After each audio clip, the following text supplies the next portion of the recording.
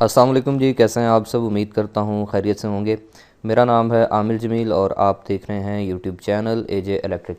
दोस्तों, आज की वीडियो में मैं आपको बताऊंगा कि पासपोर्ट साइज़ तस्वीर जो है वो कैसे बनाई जाती है, उसके लिए क्या क्या सेटिंग्स करनी पड़ती हैं और इसके अलावा उसके लिए कौन सा सॉफ्टवेयर यूज़ किया जाता है। और मैं आपको ये भी बताऊंगा कि पासपोर्ट साइज़ तस्वीर बनाने के बाद हम उसको 4x6 के एक जो है वो पेपर के ऊपर किस तरह से 8 तस्वीरों को इस तरह से हम सेटिंग कर सकते हैं। तो आपने ये वीडियो पूरी देखनी है ताकि आपको ठीक से जो है वो समझ आ सके। तो उसके लिए मैं जो सॉफ्टवेयर यूज़ करने वाला हूँ उसका नाम है एडोब फोटोशॉप 7.0।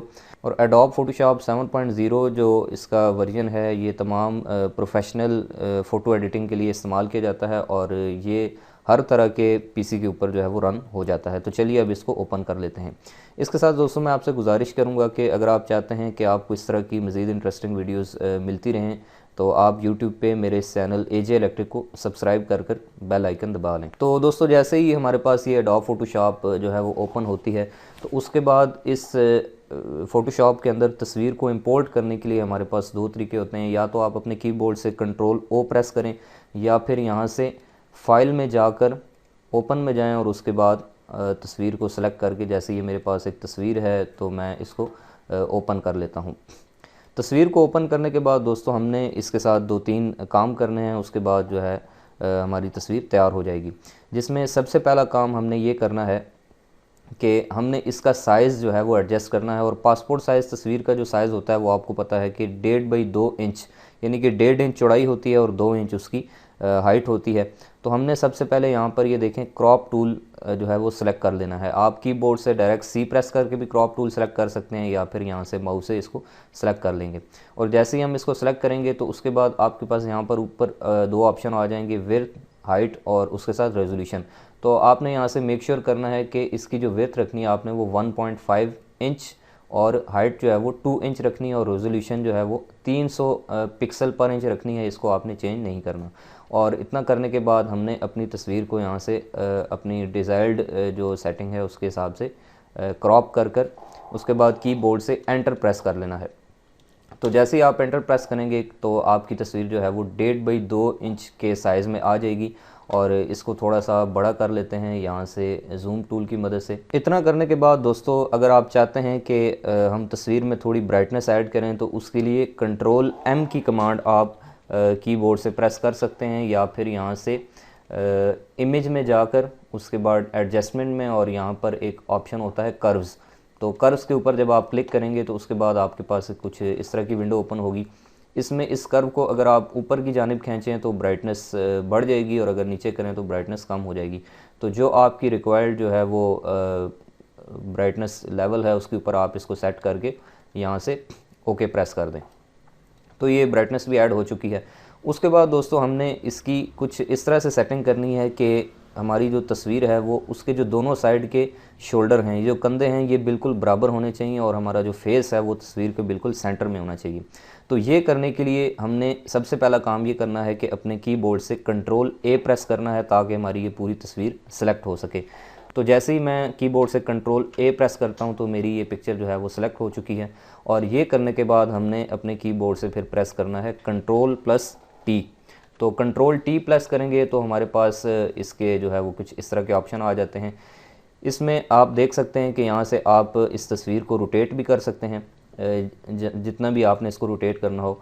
और इसके अलावा अगर आप अपने कीबोर्ड से शिफ्ट और आल्ट का बटन प्रेस करें तो उसके बाद आप इस तस्वीर को छोटा या बड़ा या जितनी भी आपने इसकी सेटिंग करनी है वो कर सकते हैं। और उसके बाद इसको सेंटर से पकड़ के आप जो है वो बिल्कुल तस्वीर के मिड में ला सकते हैं अपने फेस को। ये करने के बाद हमने फिर जाना है यहाँ से मूव टूल के ऊपर और इस पर क्लिक कर देना है। तो ये अप्लाई का ऑप्शन मांगेगा, हमने इसके ऊपर अप्लाई कर देना है। तो ये दोस्तों हमारी तकरीबन जो है वो पासपोर्ट साइज़ तस्वीर जो है वो तैयार हो चुकी है।